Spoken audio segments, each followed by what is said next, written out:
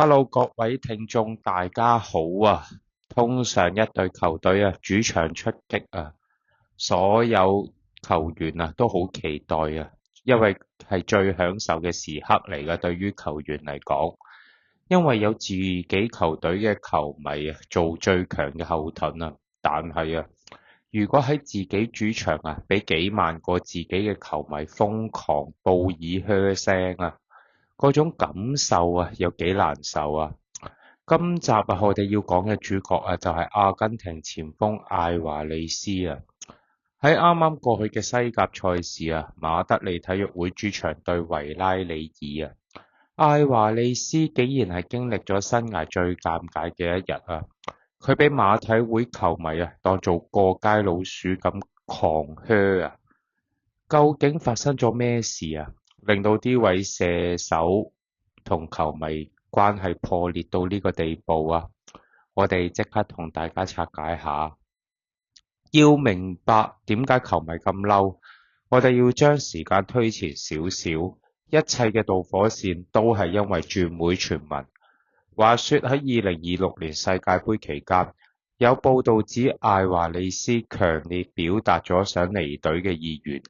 仲話佢嘅心儀下家係巴塞隆拿。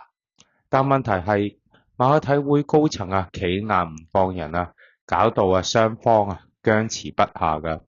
而對於死忠球迷嚟講身在曹營心在漢絕對係死罪你既然唔想留喺度，球迷自然唔會俾好面色你睇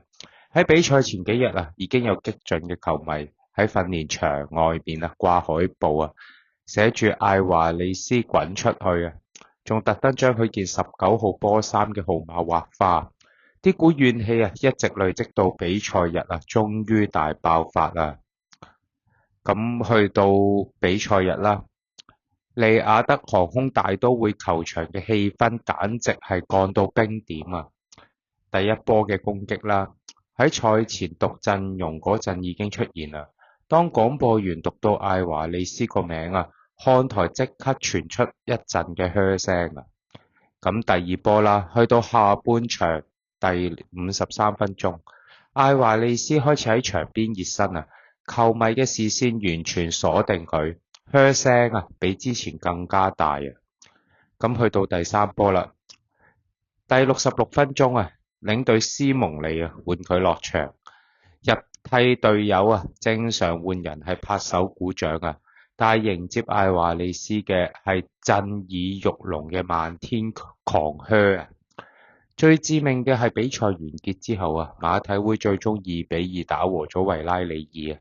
大部分嘅球員都行過去看台同埋主場嘅球迷拍手致謝但係艾華利斯佢連頭都冇回到一支箭咁樣直行直過入咗球員通道呢個舉動徹底辣興晒所有球迷將關係推向到無可挽回嘅深淵咁面對咁惡劣嘅公關災難領隊斯蒙尼喺賽後都有出嚟解話佢話將艾華利斯留低係球會嘅決定，唔係球員單方面嘅錯，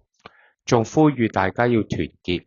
其實斯蒙尼咁講係好合理嘅，一支球隊要爭奪各項嘅錦標陣容深度係非常之重要嘅，就好似英超嘅阿仙奴咁啦，中場有奧迪哥特做核心，後備席就仲有艾斯呢啲人腳隨時準備頂上咁樣先可以應付到漫長嘅賽季而馬體會面對多條戰線又點可以少得艾華利斯呢一種具備級數同把握力嘅高質素前鋒呢？但問題係戰術上面需要佢唔代表球迷情感上接受到佢當一個球員冇咗為球會賣命嘅心，就算佢肯留低，落到場又發揮到幾多成水準呢？呢個係斯蒙尼嚟緊最頭痛嘅難題總結嚟講今次艾華利斯同馬體會球迷嘅決裂其實係現代足球經常發生嘅忠誠與職業嘅矛盾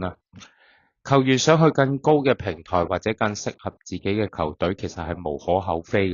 但係球迷要求球員對波衫上邊嘅隊徽保持絕對忠誠，亦都係理所當然嘅。而家個波咧去翻球會同球員嗰邊啊，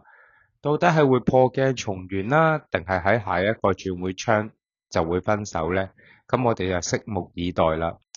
唔知大家又點睇今次艾華利斯被靴嘅事件呢？你覺得係球迷反應過激啊，定係球員自己攞嚟呢？歡迎喺下面留言話我知你嘅睇法啦。如果鍾意今集嘅內容，記得俾個 like、share 俾身邊嘅朋友，同埋訂閱我嘅頻道。我哋下集見，拜拜。